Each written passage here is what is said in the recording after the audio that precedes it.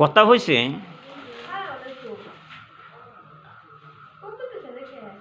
আল্লাহ তাআলা বলতেছেন, হে ইবলিস, তোমার কি হয়ে গেল? যাকে আমি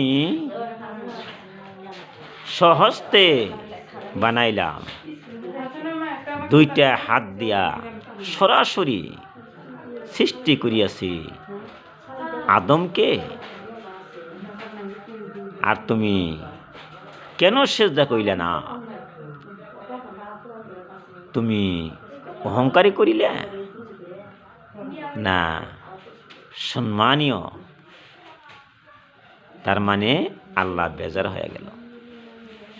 ওই যে আদমকে আল্লাহ বানাইছে, কিন্তু আল্লাহর আদেশ তো মানতে হবে।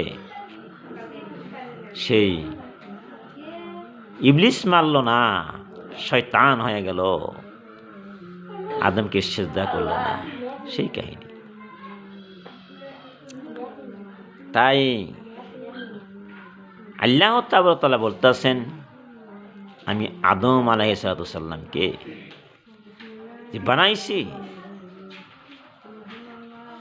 ঠনঠনা মাটি দ্বারা, সূক্ষ্ম কিভাবে মাটির দ্বারা আদমকে আল্লাহ তাআলা সৃষ্টি করিয়েছেন। আবার আদমের যে পাঁচজোর আছে, আদম আলাইহিস সালামের পাঁচজোরের দ্বারা হাওয়া আলাইহিস সালামকে সৃষ্টি করিলেন। তাই তো আদম আলাইহিস সালাম অনেক বছর জীবিত ছিলেন। তাই সেই আদম নবী, কত নবী চলিয়া গেছে, যদি আমরা হিসাব করে দেখি, আদম নবীর বয়স কোন কোন কিতাবে দেখা যাচ্ছে 900-র উপরে আছে আদম নবী। আদম নবীর পরে কোন নবী আসলো? নূহ আলাইহিস সালাম। নূহ নবী আসিয়া অনেক বছর ধর্মকে প্রচার করলো। ওই সময়ের ভিতরে অনেক বেদিন, কাফের, মুশরিক, তারা আল্লাহকে বিশ্বাস করলো না, আল্লাহকে স্বীকার করলো না।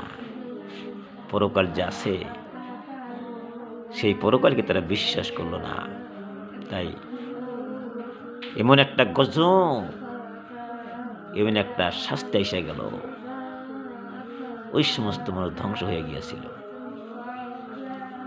যুগ যুগ ধরে আল্লাহ তাআলা নবী পাঠাইলেন। ইদ্রিস আলাইহিস সালাম, সেও নবী ছিলেন, সেও দুনিয়ায় এসেছিলেন।